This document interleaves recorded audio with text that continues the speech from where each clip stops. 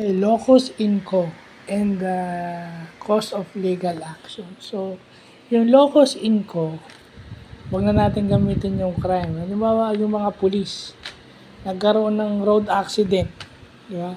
Yung locus in quo, lugar kung saan nangyari yung accident.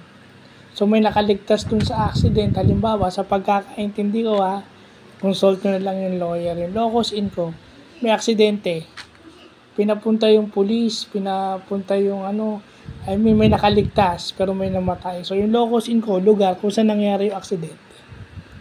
So, yun. Kasi yung locus criminalis, crime scene. Itong locus in quo, pwedeng accident. Pwede ring scene of the crime. Pwede yun.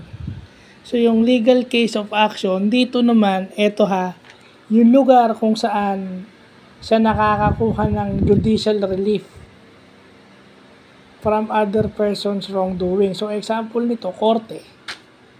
Sa korte, sa barangay. Kung maliit na alitan lang sa barangay yan. So, yun.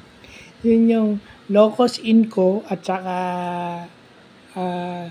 cause of legal action. So, disclaimer, consult a lawyer regarding this one. But definitely, importanteng malaman natin yan. So, yun lang po.